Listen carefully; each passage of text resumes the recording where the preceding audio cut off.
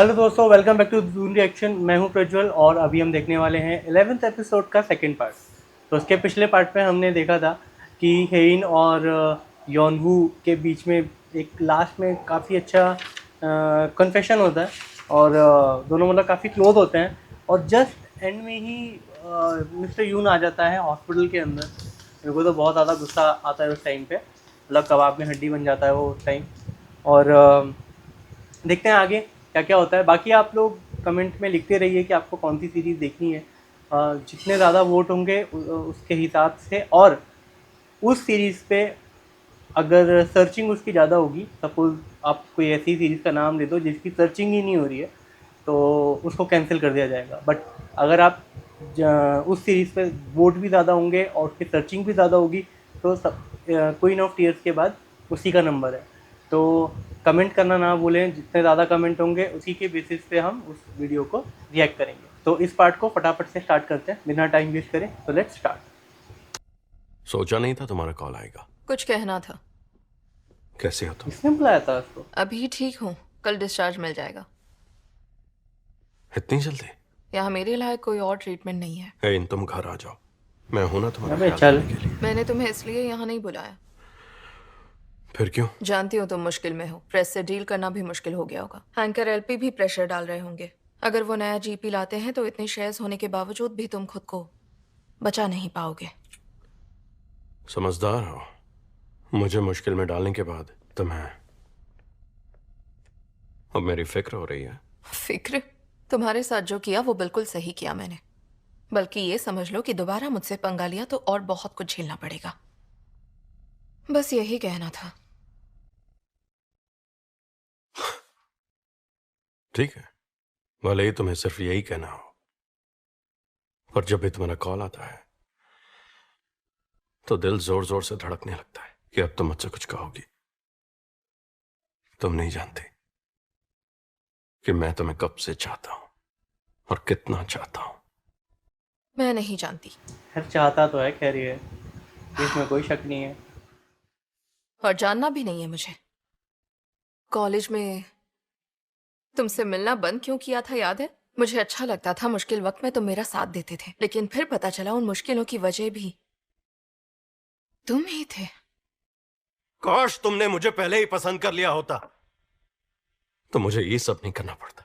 मैंने जो कुछ भी किया सिर्फ तुम्हें पाने के लिए किया। लोगों को दुख देना तुम्हारी भाई बहुत फितरत गलत में तरीका है। है भाई इसका। अब भी तुम यही कर रहे हो। मुझे गड्ढे में ढकेल दिया ताकि हीरो की तरह तुम मुझे निकाल पाओ। ऐसे करोगे तो तुम्हें कौन पसंद करेगा? अच्छा, तो उस यानो का क्या? उसने ऐसा क्या किया तुम्हारे लिए? उस कमीने ने तुम्हें छोड़ने की कोशिश की। जानता हूं तुम बीमार हो, पर सब भूल कैसे गई? वो मुझसे प्यार करता है।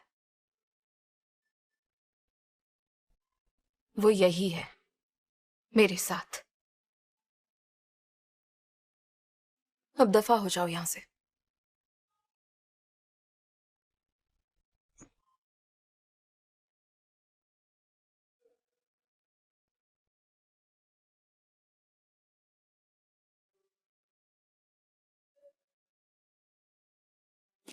तो बातचीत हो गई तुम दोनों की? बे क्यों ना हो, समझ नहीं आ रहा तुम अब भी हैं इनके साथ क्यों हो। और मुझे ये समझ नहीं आ रहा कि तुम्हें ये क्यों जानना है।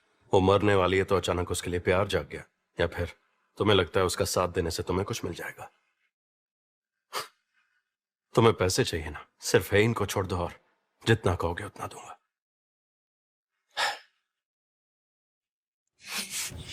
बहुत बढ़िया भाई, बस मार और देता है यार कसम से। मैं बहुत प्यार से बोल रहा हूं तुझे, चला जा यहाँ से। क्या बात है, आंखें चौंक गई भाई इसकी, मजा आ गया। ए, क्या बात है भाई, मार दिया इसने। जब मैंने हेइन को ही अपने दिल की बात नहीं बताई तो तुझे क्यों बताऊंगा? तुझे जो करना है कर ले, मैं कहीं नहीं जाने वाला। अब से मैं हर दिन हर एक पल हेइन के साथ बहुत बढ़िया रहूंगा। मुक्का मारा भाई, हम मजा आ कभी गया। अलग नहीं होंगे। तो होश में आ और दफा हो जाए यहाँ से।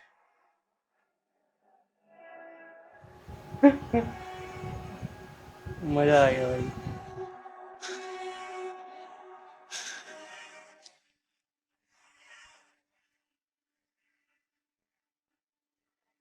आज देर से आए?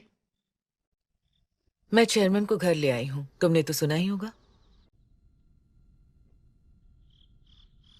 बहुत खुश लग रही है। नहीं तो खुश कैसे रहूं, मेरा बेटा एक लड़की की वजह से अपना दिल तोड़ बैठा है। चेहरे को क्या हुआ, चोट लगी? प्लीज हाथ मत लगाइए।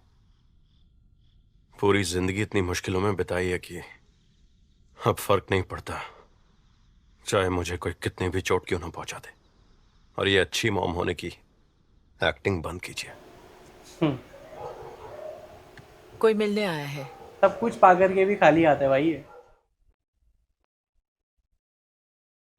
तुमने तो मेरा फोन ही उठाना बंद कर दिया। क्या तुम्हें बिल्कुल भी फर्क नहीं पड़ा कि उस वक्त के बाद मैं कहां गया, मेरा क्या हाल हुआ? तुझे बोला था मुझे कॉल मत करना और तू घर तक आ गया। पता है मैं अरेस्ट होते होते बचा हूं और मुझ पर इन्वेस्टिगेशन अब भी चल रही है। वो कमीना बेख्यूनो मुझे यहां से ऐसे ही नहीं जाने देगा। हाँ तो डबल कॉन्ट्रैक्ट और रिजॉर्ट लैंड का स्कैम बाहर आने के बाद क्या सिर्फ मैं ही फंसूंगा?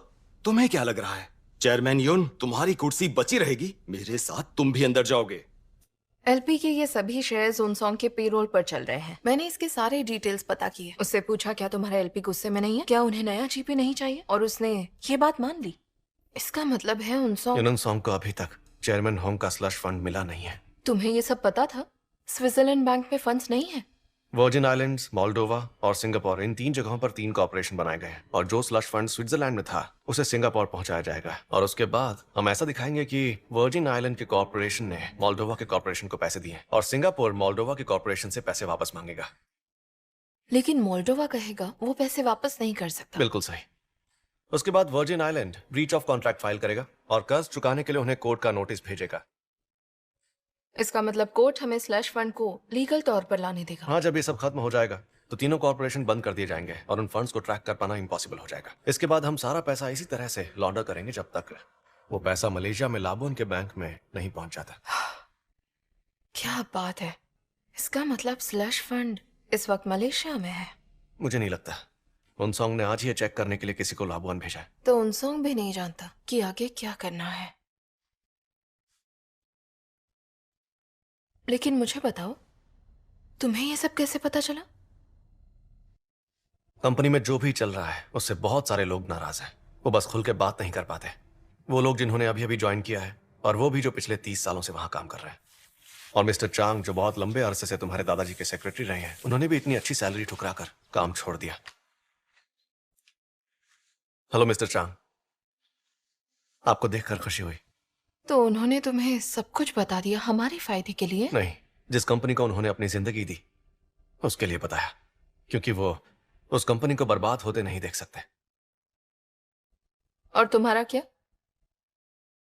तुम ये सब क्यों कर रहे हो? कंपनी के लिए ना? हाँ, मैं भी कंपनी के लिए ही कर रहा हूं और मैं अच्छी तरह जानता हूं कि तुम इस कंपनी से कितना प्यार करती हो।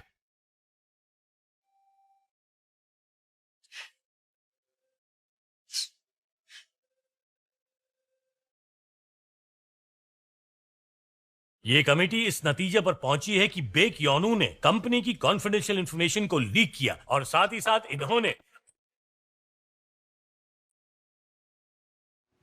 ओह क्या बात है। कौन है आप लोग? हम ह्यूमन रिसोर्सेज कमेटी में बैक ह्योनू की तरफ से अटॉर्नी हैं। एक मिनट, इस तरह की इंटरनल ऑडिट में बाहर के अटॉर्नीज का क्या काम? Administrative procedures act article 12 paragraph 1 और आर्टिकल 11 पैराग्राफ 4 के मुताबिक क्लाइंट चाहे तो खुद को रिप्रेजेंट करने के लिए एक अटॉर्नी को अपॉइंट कर सकते हैं। हाँ तो चलिए आगे बढ़ते हैं। तो पीछे बयां किए गए कारणों की वजह से हम इन्हें काम से निकालते अगर हैं। वजहों पर गौर करें, आपको आपके कंपेटिटर के एग्जीक्यूटिव ने बताया कि आपके वीआईपी क्लाइंट्स की लिस्ट मिस्टर बैक ने उनके साथ शेयर की। रिकॉर्ड्स में आपने चेक किया कि वीआईपी क्लाइंट्स की लिस्ट को मिस्टर बैक ने इंटरनेट अकाउंट से एक्सेस किया। हाँ तो आप बता सकते हैं आपको ये टिप कब मिली? 6 अगस्त को। और मिस्टर बैक ने उस लिस्ट को एक्सेस कब किया था? 1 और 2 अगस्त, दोनों दिन 2 बार। काफी अजीब बात है, मिस्टर बैक का कंपनी इंटरनेट अकाउंट तो 28 जुलाई को डिलीट कर दिया गया था। क्या बात है भाई। मैंने अपनी आईडी, कंपनी का दिया क्रेडिट कार्ड, लैपटॉप और सारे टेक डिवाइसेस वापस कर दिए थे। हाँ, हो सकता है अपने अकाउंट से ना किया हो, किसी दूसरे अकाउंट से एक्सेस किया हो तो। कोई दूसरा? जैसे कौन? इनके टीम मेंबर्स में से किसी का अकाउंट? तो इसका मतलब कि क्वींस डिपार्टमेंट स्टोर के वीआईपी क्लाइंट की लिस्ट एक आम एम्प्लॉय के अकाउंट से भी एक्सेस की जा सकती है। ये तो दिक्कत की बात है। हाँ बिल्कुल, एक ऐसी इंफॉर्मेशन जिसे ट्रेड सीक्रेट माना जाता है उसे भी इस तरीके से मैनेज किया गया होगा कि बिना एक्सेस के भी उस पर कोई डाउनलोड रिस्ट्रिक्शन नहीं है। इसका मतलब साफ है कि क्वींस डिपार्टमेंट स्टोर ने अपनी वीआईपी लिस्ट को सीक्रेट नहीं रखा है। रुको, यहाँ मेन प्रॉब्लम फ्रॉड है। डायरेक्टर बेक ने सारे डॉक्यूमेंट्स खुद साइन किए हैं। और हाँ, मैंने नेशनल फॉरेंसिक सर्विस के farmer director of the document video department से एक डॉक्यूमेंट अप्रेजर की मांग की जिसमें 27 सिग्नेचर थे, और चेक करने पर पता चला कि डिटेल्ड कैरेक्टरिस्टिक और यहाँ तक कि साइज बिल्कुल एक समान है। और ये सब बिना कॉपी पेस्ट किए बिल्कुल भी मुमकिन नहीं है।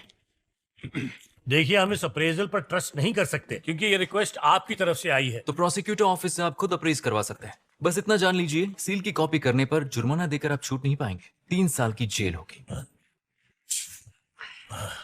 खतरनाक यार। हम सब अटर्नीज ये जानते हैं कि आप सब बुद्धिमान हैं और सही फैसला लेंगे। मुंह की खाई भाई इन्होंने, मुंह की। मैं तो उसको बेवकूफ समझ रहा था।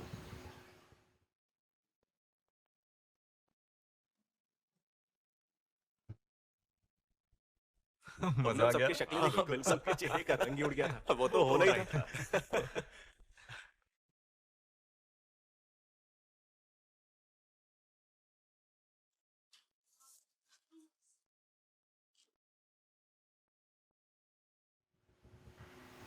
बस यार, पता है जैसे कुछ अच्छा होता है वैसे ही कुछ बुरा भी होने वाला होता है। मेरे को पता है कुछ ना कुछ होने वाला है, अभी कुछ तो होगा।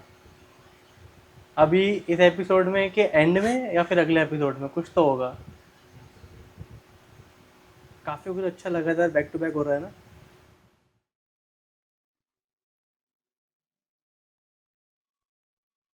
सुनो। हाँ बोलो। इस बेक योनू को ठिकाने लगाओ। ओहो, सिर का दर्द बन चुका है ये कमीना। वो जगह बोराकी थी ना, तुम्हारी ट्रिप पक्की, और जितने पैसे चाहिए उतने मिलेंगे। ठीक है मिस्टर यून, पिछली बार हल्के में लेकर गलती कर दी मैंने, पर इस बार नहीं बचेगा वो। इस बार मैं बिना गलती के काम पूरा कर दूंगा। ऐसे मोमेंट पे विंसेंटो को आना चाहिए भाई, इसको प्रोटेक्ट करने के लिए, क्योंकि वो योनू माफिया तो नहीं है ना, कम से कम। जितने ज्यादा वकील हो ना केस के लिए, पता है उतना ही बेहतर होता है। हम सब सिविल और क्रिमिनल लॉ के अलग अलग फील्ड में हैं, पर हम अपने दोस्त को बचाने के लिए सब एक साथ आ गए। हम तो एवेंजर्स निकले यार। बात सिर्फ इसे बचाने की नहीं है। लोग मुझसे लगातार पूछ रहे हैं कि योनू अपने एक्स के साथ फिर से एक हो रहा है क्या। अब इसका जवाब तो तुम ही दे सकते हो ना। क्या ये सच है, बताओ।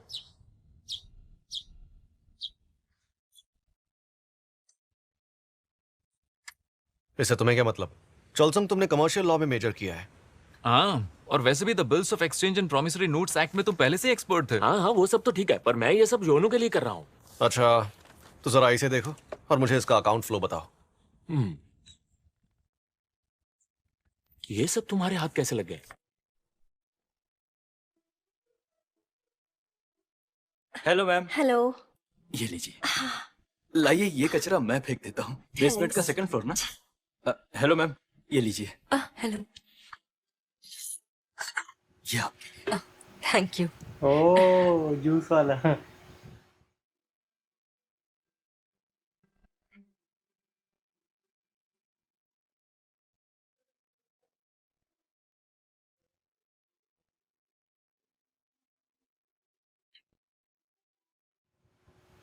भाई साहब, पूरी पदर छोड़ दी भाई इन्होंने। युनुन सोंग अपने शेयर को सिक्योर करने के लिए चेयरमैन होंग के स्लश फंड की तलाश में है। स्लश फंड कितना है? 900 बिलियन वॉन।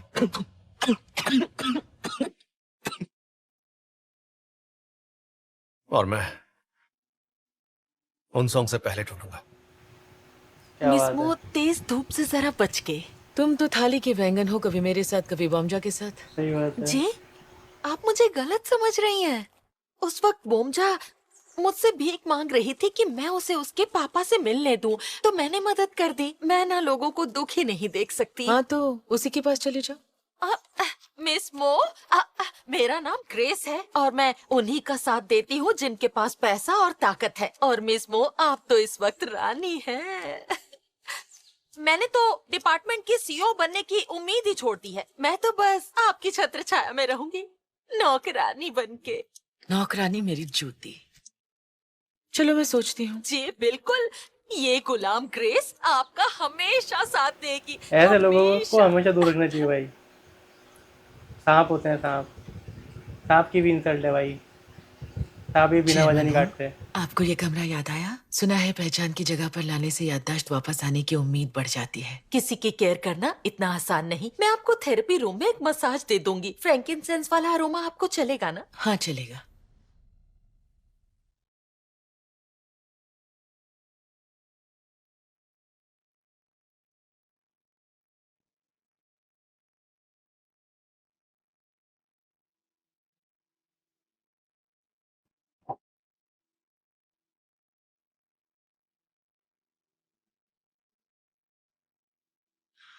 सबका शुक्रिया। चेयरमैन होंगे, अब आराम करेंगे, आप सब जाइए।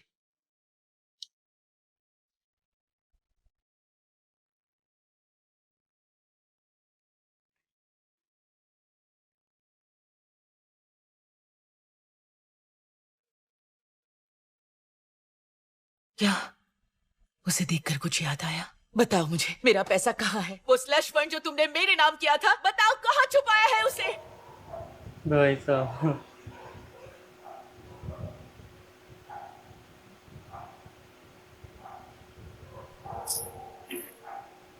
शिट, बेवकूफ है भाई ये तो गया।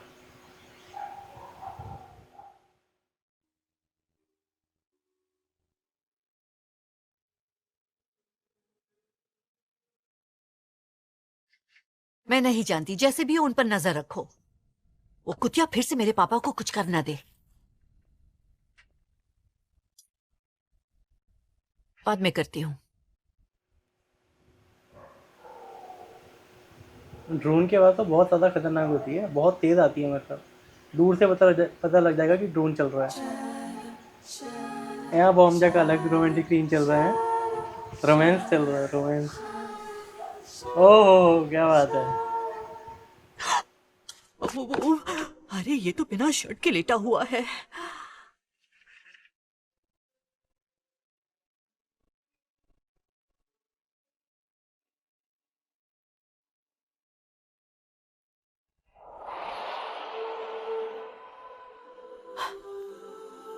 पागल, सारा देखो मुझे, मैं कितना गुड लुकिंग हूँ।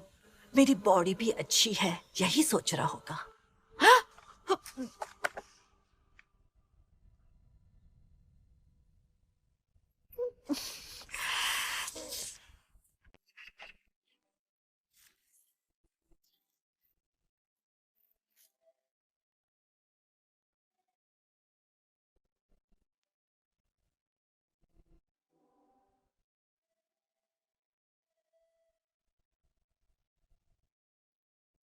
क्या कर रही हो? मैं तो बस क्या तुम छुप कर मेरे घर में झांक रही थी? मैं झांक नहीं रही थी, मैं तो बस यहाँ से गुजर रही थी और नजर चली गई। ये चाहिए तुम्हें? क्या है ये? मलबेरी। मलबेरी? पेड़ से? हाँ, और कहां से आएंगी? औरतों की सेहत के लिए अच्छी होती हैं। कितना हुआ इसका? मैं इन्हें बेच नहीं रहा, ये तुम्हें फ्री में दे रहा हूं। लेकिन फ्री में क्यों? मैं समझ रही हूँ तुम क्या कर रहे हो। क्या? अब तक मुझसे किसी ने मलबेरी देकर फ्लर्ट करने की कोशिश नहीं की। एक बात साफ कर दूं, मैं सिर्फ ये मलबेरी कबूल कर रही हूँ, तुम्हारे जज्बात नहीं, ठीक है? तुम्हारी एमबीटीआई पर्सनालिटी क्या है? क्या? भाई ये फिर दिखने में तुम आईएसटीजे पर्सनालिटी लगती हो। आईएस क्या? ऐसे लोग जज्बात छुपाते हैं, हर काम में परफेक्शन होता है, मेमोरी अच्छी होती है, बाहर से सख्त दिखते हैं पर अंदर से केयरिंग होते हैं। मेल आईएसटीजे का एग्जांपल है चाहते ह्यून और फीमेल आईएसटीजे है नैटली पोर्टमैन। क्या बोल रहे हैं? वैसे तुम घर पे क्या कर रहे हो? इस वक्त तो लोग खेत में काम करते हैं ना? मैं बस ज्यादा काम नहीं करता। क्यों? जिंदगी बहुत छोटी है, उसे एंजॉय करना चाहिए। मैं बस उतना ही काम करता हूं जितनी जरूरत हो।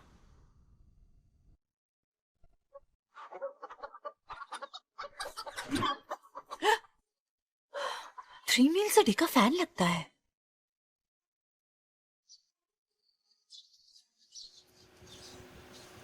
ये भी अलग ही जीनियस है भाई।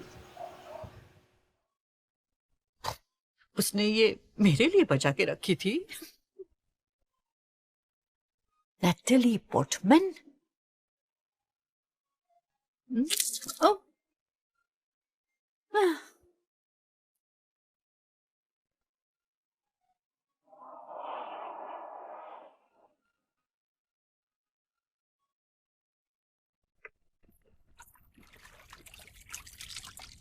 बाप रे, इतनी सारी बेरीज। योंगसंग ने दिए हैं, योंगसंग ने। उसने कहा ये उसके बगीचे की हैं और चाहिए तो मांग लेना। आस पड़ोस में सबको बांट रहा है क्योंकि उसके पास बहुत सारी हैं। अब सड़ने से तो अच्छा ही है। समझ नहीं आता, फल सब्जी बचते हैं तो बेचता क्यों नहीं है? वो ऐसा नहीं है, वो हमेशा अपने इस्तेमाल के लिए रख लेता है और बाकी बांट देता है। हाँ, लेकिन इतनी सारी बेरीज का हम करेंगे क्या?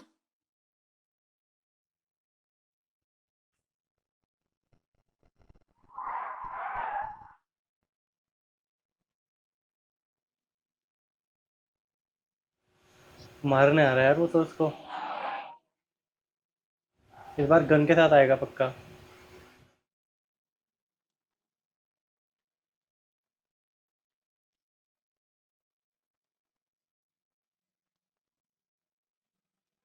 किसी ने मुझसे कहा था बुरे वक्त में मीट खाने वाले ही असली जाबाज होते हैं। अरे हाँ, आपने बिल्कुल कमाल की बात की है। इंसान सिर्फ इच्छा शक्ति के बलबूते पर ही आगे बढ़े ऐसा नहीं हो सकता। उसके शरीर में ताकत होना भी जरूरी अपने है। हाथ साफ करो। अगर आप सब गौर से सोचे तो हमारी जिंदगी के सभी जरूरी दिनों की शुरुआत सिर्फ मीट से ही होती है। जैसे कि बर्थडे, ग्रेजुएशन डे, पहली जॉब मिलने का दिन और आज की तरह हॉस्पिटल से डिस्चार्ज होने का दिन। मीट खाकर ही खुशियां मनाते हैं। मेरे बर्थडे पर तो कभी मीट नहीं खाया, हमेशा चाइनीज मंगवाते हैं। ये क्या बोल रहे हो तुम? चाइनीज में चिकन तो होता है ना? मीट मैं ग्रिल करूंगा। क्या? अब तक तुम पूरी जिंदगी किसी और का ही ग्रिल किया हुआ मीट खाते आए हो। अब से जब भी परिवार साथ बैठकर मीट खाएगा तो मैं ही ग्रिल करूंगा। चिमटे को और कोई हाथ नहीं लगाएगा। लाओ मुझे दो। जी। नहीं हेन, डॉक्टर ने बताया कि ठीक होने के लिए शरीर में व्हाइट ब्लड सेल्स बहुत इंपॉर्टेंट होते हैं और ये कि जर्मनी में ट्रीटमेंट के लिए जाना है तो पहले व्हाइट ब्लड सेल्स को बढ़ाना पड़ेगा। जी, व्हाइट ब्लड सेल का लेवल 4 to 10,000 पर माइक्रोलीटर की रेंज में होना जरूरी है। और जब तुम जर्मनी गई थी तब कितना था? 1500। अरे बाप ये तो बहुत कम है। इतना कम कैसे हो गया? हाँ, लेकिन इसने पिछले हफ्ते ही चेक करवाया था तो अब लेवल 3000 पहुंच गया है।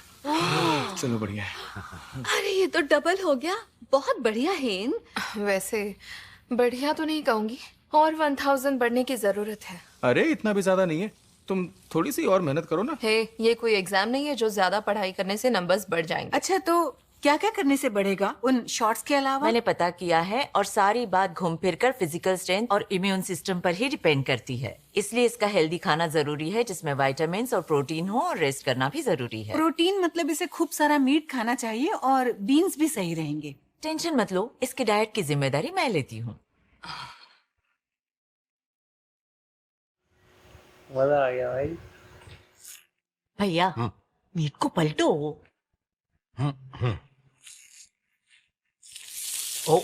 अरे थोड़ा सा जल गया है, अब क्या करूं? कोई बात नहीं, जले हुए हिस्से को काट दीजिए। आप ये मुझे दे दीजिए, मैं कर देती हूँ। नहीं, मैं ही काटूंगा। तो फिर मीट हुआ, बीन्स हुए, और क्या खाना चाहिए? बनानास, नट्स, कुछ वेजिटेबल्स। अच्छा लगा ये आपको? तो फूलों का गुलदस्ता लग रहा है। अरे वाह, दिखने में तो टेस्टी है। बहुत टेस्टी है। काफी एक्साइटेड है। क्या बात है। खाने में भी अच्छा है, केक जैसा है, एकदम सॉफ्ट, बहुत अच्छा। अरे इसे भी जल्दी से बहुत अच्छा टेस्टी पका है। थोड़ा सा और दे किया दीजिए। है। दिखने में फूलों का गुलदस्ता था लेकिन खाने में बहुत बढ़िया पहली बार सबको हंसते हुए देख रहा हूँ। बहुत अच्छा है। बहुत टेस्टी है ये। भैया खाओ, ग्रिल करते हुए खाओ इसे।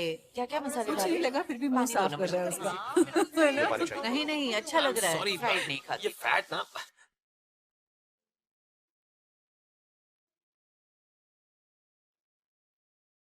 हाँ,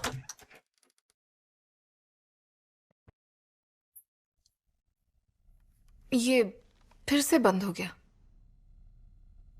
अच्छा बंद हो गया। इसे यहाँ से दबाते हैं तो चलने लगता है ये। तुम पता नहीं कैसे कर लेते हो, मुझसे तो होता ही नहीं।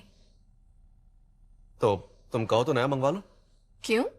नया होगा तो हर बार परेशान नहीं होगी तुम। हर बार तुम भी तो कर सकते हो, अच्छा करते हो तुम। क्या बात है। वो तो है, जितनी बार कर रहा हूं ना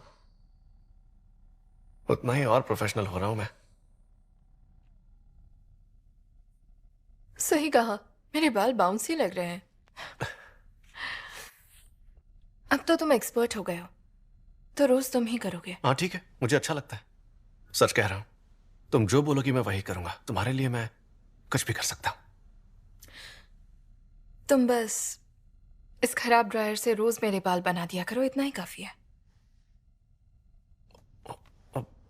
बस क्या होता है, इसके लिए रोज मेरे साथ रहना होगा, और मैं इससे ज्यादा लालच नहीं करूं तो बेहतर होगा। अरे करो भाई, क्यों लालच करो? करो भाई, बिल्कुल करो। बुराई क्या है इसमें? अब ज्यादा अच्छा बनने की जरूरत नहीं है। मैंने तुम्हें आई लव यू बोला, इसलिए मुझे अपने सर पर मत बिठाओ, समझे? मैंने इसलिए कहा क्योंकि मैं वैसा महसूस करती हूँ। अरे तो मैं भी यही महसूस करता हूं। जितना हो सके मैं तुम्हें प्यार देना चाहता हूं, बस और कुछ नहीं।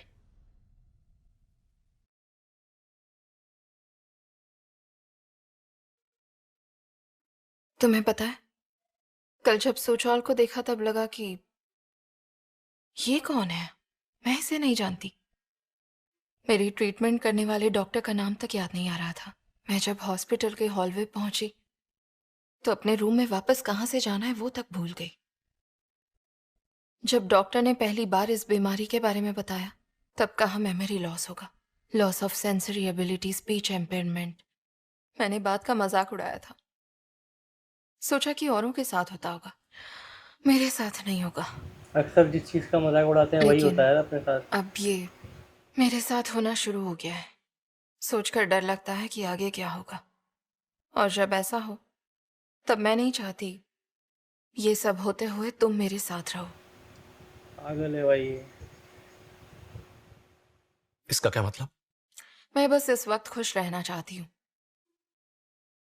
जब मेरी हालत और बिगड़ जाएगी तब मैं नहीं चाहती कि तुम्हें वो सब देखना पड़े।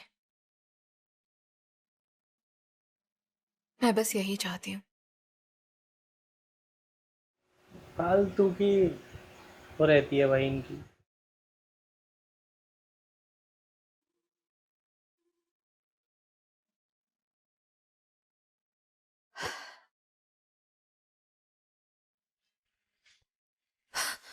क्या अकाउंट क्यों डिलीट किया? उससे कुछ हुआ तो नहीं है ना? ठीक तो होगा ना?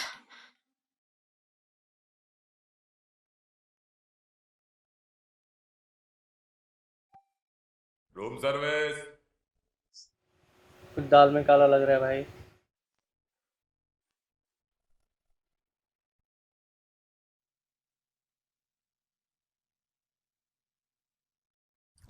पियो।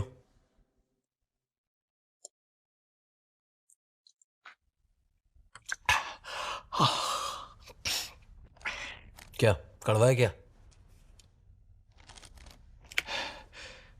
मेरी जिंदगी इससे ज्यादा कड़वी है।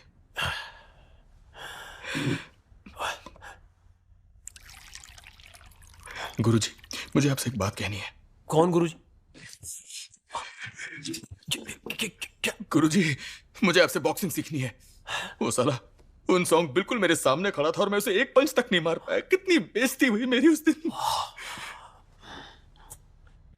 हाँ मैं समझता हूँ, पर अगर तुम गुस्से में आकर ट्रेनिंग करोगे तो तुम्हारे घुटने जवाब दे देंगे और पूरी जिंदगी दर्द में रहोगे। घुटने देने तो जवाब देते हैं तो, लेकिन अगर मैंने कुछ नहीं किया तो मेरा दिमाग फट जाएगा। मैं क्या करूं? अगर आने वाले टाइम में मैं अपने परिवार को बचाने के लिए कुछ भी नहीं कर पाया तो सोचकर भी मुझे डर लग रहा है।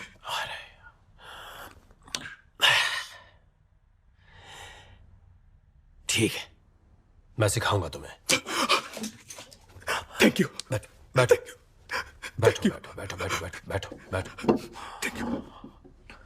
ये क्रैश कोर्स होगा तो मैं तुम्हें बहुत सारे मूव्स नहीं सिखा पाऊंगा, तो सिर्फ एक मूव को मास्टर करना होगा। बताइए कौन सा मूव? जब कोई लड़ने में अच्छा हो उसके लिए एक ही मूव काफी है।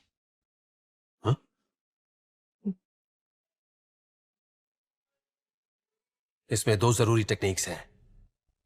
आप चलो चलो, मारो मुझे। पक्का ना?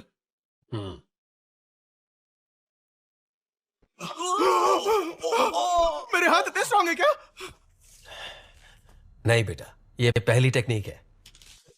बढ़ा चढ़ा कर रिएक्ट करो ताकि तुम्हारे दुश्मन को लगे कि ये तो कुछ भी नहीं है, इसे तो मैं हरा सकता हूं, ये राउंड तो मैं ही जीतूंगा, मेरे हाथों में जादू है। अब चलो तुम ट्राई करो।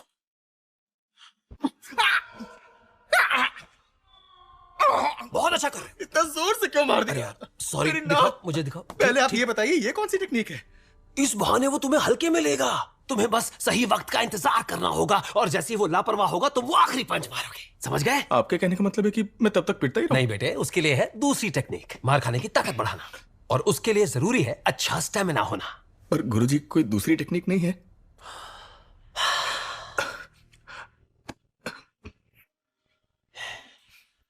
मेरे गुरुजी मोहम्मद अली ने एक बार कहा था, नामुमकिन उसी की सच्चाई फोटो लगा नहीं रखी है, भाई, सिर्फ एक राय है। मोहम्मद अली की बात कर रहे हैं। कम से कम देखो फोटो सुजौल, तो तुम मोहम्मद कर अली की सकते हो लगा था। सुजौल, तुम अभी थोड़ी मार खाकर हमेशा हमेशा के लिए चैंपियन बन सकते हो। और ये भी आपसे मोहम्मद अली ने ही कहा था ना? नहीं नहीं नहीं, ये मैं कह रहा हूं। चलो अब प्रैक्टिस शुरू करते हैं। Come on।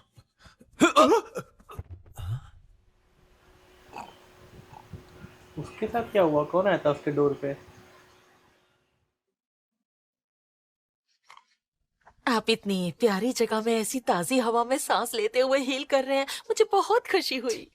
हीलिंग मेरी जूती से, तेरी यहाँ आने की हिम्मत कैसे हुई? मिसेस किम, इन्हें मैंने यहाँ बुलाया। तुमने? क्यों? एक बात है जो मैंने आप लोगों को अभी तक नहीं बताई है, और ये चेयरमैन होंग के स्लश फंड के बारे में।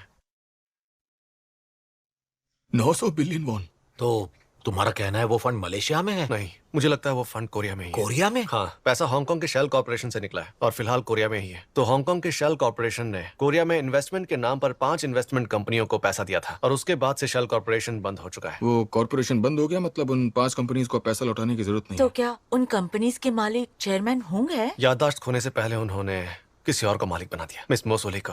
क्या? तो अब हमारा सारा पैसा उस कुतिया के पास है? मुझे ऐसा नहीं लगता, वो अभी भी उसे ढूंढ रही है। इससे भरोसा कर भी सकते हैं इस पे? बताओ मुझे, मेरा पैसा कहाँ है? वो स्लश फंड जो तुमने मेरे नाम किया था, बताओ कहाँ छुपाया है उसे? हमें ये सारी बातें ग्रेस के सामने नहीं करनी चाहिए। यकीन मानिए, मैं उन लोगों का साथ छोड़ चुकी हूँ। आप ईवोंग प्योंग को तो जानते ही होंगे, मैं भी उसी की तरह बुरे लोगों को छोड़कर अच्छे लोगों का साथ दे रही हूँ। ये तो आने वाला वक्त ही बताएगा कि तुम उनका साथ दे रही हो या हमारा। चलो बताओ। मैं एक आदमी को जानती हूँ जो रियल एस्टेट में काम करता है, और उससे मुझे एक अजीब बात पता चली। क्वींस गैलरी के डायरेक्टर चिन ने खंडों के बाहर 5000 प्योंग स्टोरेज यूनिट लीज पर ली है। अब ऐसा तो नहीं है कि वो कोई ड्रामा शूट करने के लिए सेट बना रहा है। इतनी बड़ी जमीन आखिर उसे क्यों चाहिए? तो तुम्हें लगता है कि उसने वो पैसा वहां छिपाया है? बिल्कुल।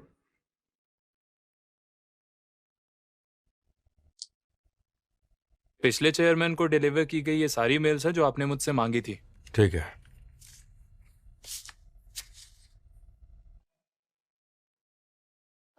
मैं फटाफट 2 मिनट में पता लगाकर आ सकती हूँ, इतने सारे लोगों की जरूरत नहीं है। काश तुम पर इतना यकीन होता ग्रेस, पर अफसोस ऐसा हो नहीं सकता। हाँ, लेकिन ये तो आप सब तुम्हें लोग पता हाल लगे ही ना में मैं न्यूज सही में हूँ। रहे हैं। किसी ने पहचान लिया तो? इसीलिए हम सब ने भेस बदला है। यहाँ से आगे हम संभाल लेंगे। निकलो यहाँ से। आप सब मेरी बात समझ क्यों नहीं रहे हैं? हम अभी अंडर कवर होकर जा रहे हैं। क्या आप पहले बने हैं इस तरह फेक? नहीं बने ना। मैं अपनी पूरी जिंदगी फेक रही हूँ, और इतना बड़ा ऑपरेशन आप मेरे बिना ही करना चाहते हैं। ध्यान दीजिए, मैं एक रियल एस्टेट कॉन्ट्रैक्टर हूँ, और आप लोग होलसेलर हैं जिन्हें ऐसा ही स्टोरेज यूनिट चाहिए। बाकी सब कुछ मैं देख लूंगी, बस आप लोग अपना मुंह बंद रखना। ओके? तो अंदर चलते हैं। मुझे तो यहाँ पे कहीं नोटों की गड्डियां दिखाई नहीं दे रही। तो आपको क्या स्टोर करने के लिए जगह चाहिए? कपड़े? योनू कहाँ पर है? ये दरअसल गोल्फ इक्विपमेंट इंपोर्टर हैं, और ये दोंगदेमन में कपड़ों का बिजनेस करती हैं। अच्छा। और ये महाशय चाइना से आए हैं। हिंदी भाषा समझ तो लेते हैं, पर बेचारे बोल नहीं पाते। लाओबान, व्याओ श्याम छाई। जी जी, मुझे चाइनीज नहीं आती। हाँ, अच्छा।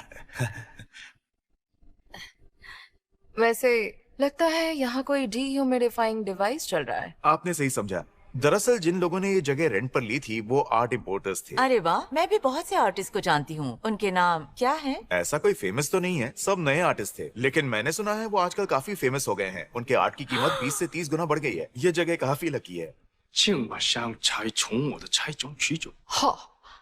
ये कह रहे हैं कि क्या ये आर्ट वर्क देख सकते हैं?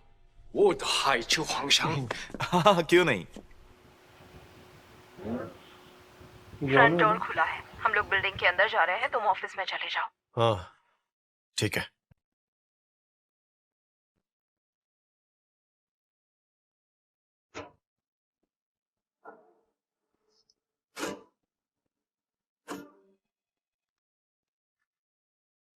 मतलब ये बिजनेस ट्रिप होगा? ट्रैवल एक्सपेंस के लिए एक्स्ट्रा पैसे दूंगा मैं। लेकिन मैं आपसे एक रिक्वेस्ट करता हूँ, उन्हें बिल्कुल नहीं पता चलना चाहिए कि मैं यहाँ पर क्या कर रहा था।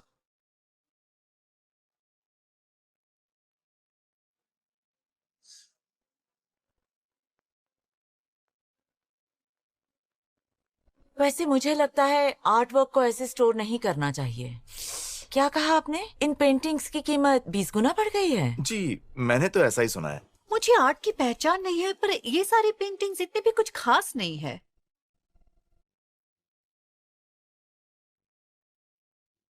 शायद पेंटिंग्स के जरिए मनी लॉन्ड्रिंग की जा रही है। यानी हांगकांग में पैसे का इस्तेमाल पेंटर्स की पेंटिंग्स ज्यादा दाम में खरीदने के लिए हुआ। हाँ, 10 से 20 गुना ज्यादा दाम पर। और फिर उनके अकाउंट में गया हुआ 90% से ज्यादा पैसा कैश में वापस कर दिया गया होगा। शायद यही तरीका है। लेकिन ये तो बहुत बड़ा अमाउंट है। इतना सारा कैश आखिर रखा कहाँ होगा?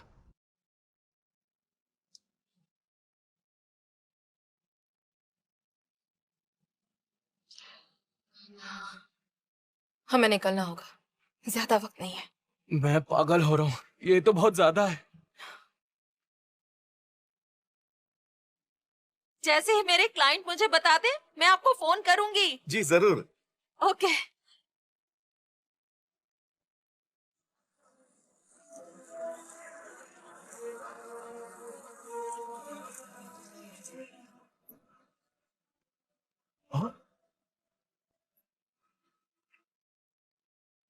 अरे, खराब हो गया क्या?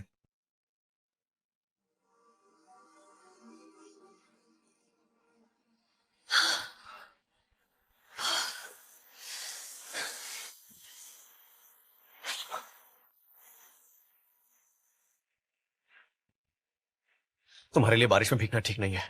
मैं गाड़ी लेकर आता हूँ, ठीक है? यहीं रुकना।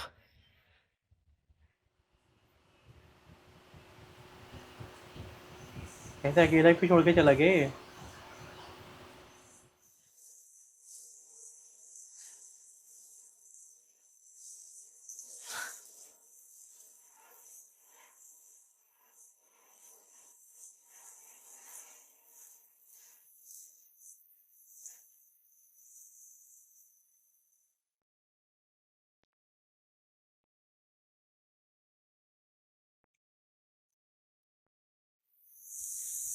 Hey.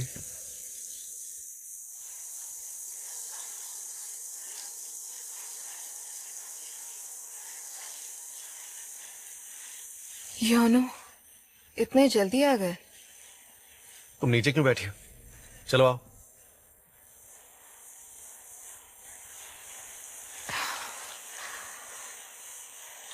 जरा चक्कर आ रहे थे। मुझे भूख लग रही है। घर जाने से पहले कहीं खाने चले? ठीक है।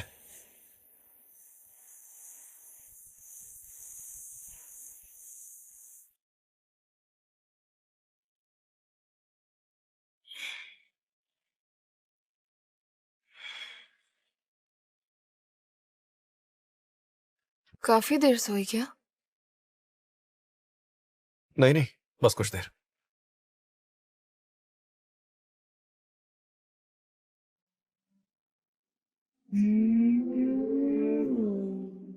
हेइन, ठीक से बैठना। क्यों? फिर कोई पीछा कर रहा है? डरो मत, उसे पीछे छोड़ दूंगा।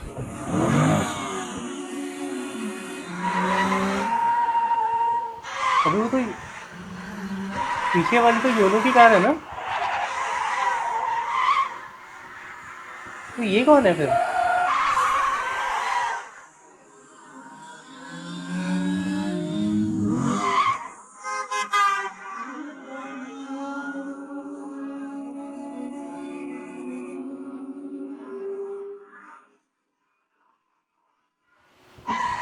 और ये तो इसकी कार है मेरे ख्याल से, मिस्टर यून की।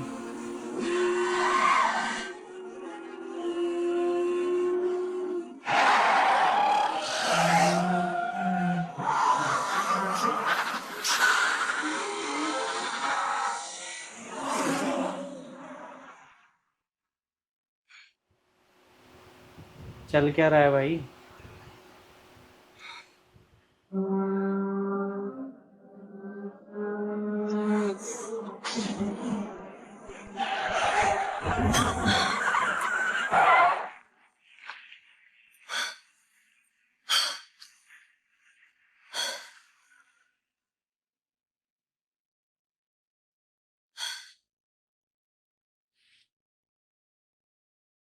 तुम ठीक तो हो? हाँ, पुलिस को कॉल करूं क्या? नहीं, अभी नहीं। मैं कर रही हूँ। पिछली बार तुम पर किसी ने हमला कर दिया था।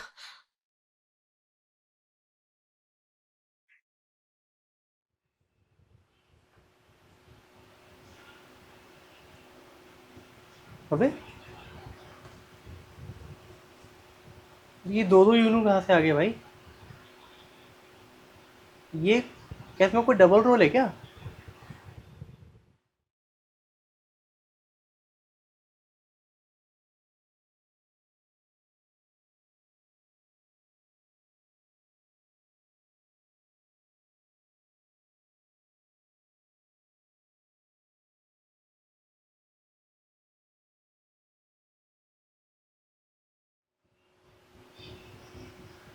अबे भाई गाड़ी लॉक कर दी।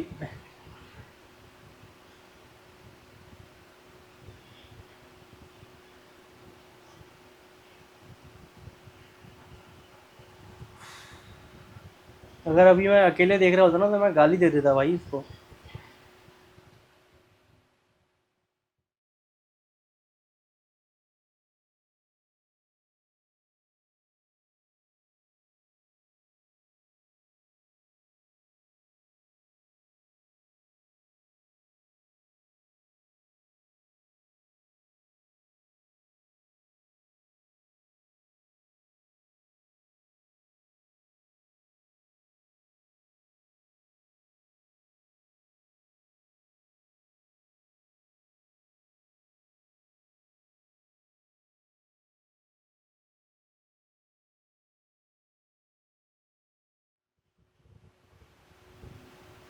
ए यार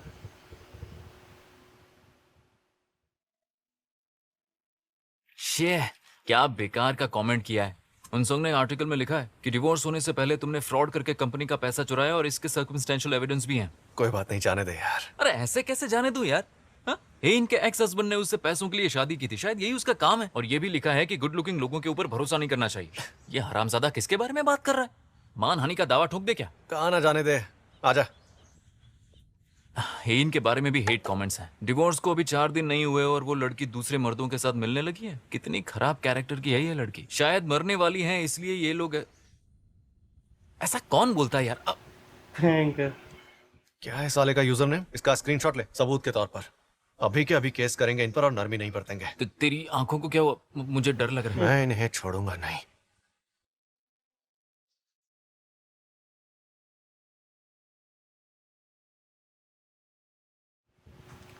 दोस्तों हमने 11th एपिसोड देख लिया है और मिस्टर यून के ऊपर इतना ज़्यादा गुस्सा आ रहा है ना, इतना ज़्यादा गुस्सा आ रहा है, मैं क्या बताऊँ आपको।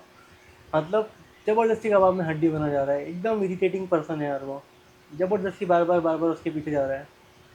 और उसने क्लास में गाड़ी लॉक कर दी ना, मेरे को तो वो रेड बटन पे ब्लिंक हुआ दिखा मुझे, और गाड़ी भी लॉक कर दी, लेकिन उसको जाने नहीं देगा वो। बहुत ज़्यादा इरिटेटिंग पर्सन है यार वो। बाकी देखते हैं आगे क्या क्या होता है। आप अगली कौन सी सीरीज़ देखना चाहते हो उस पर कमेंट लिखो। जितने ज़्यादा कमेंट होंगे उतने उसी के बेसिस पे मैं अगली सीरीज़ को चूज़ करूँगा और उस पर रिएक्ट करूँगा, और थोड़ी सी उस पर रिसर्च भी करूँगा कि उस पर व्यूज़ आएंगे भी या नहीं। तो मिलते हैं आपसे अगले एपिसोड में, तब तक के लिए गुड बाय।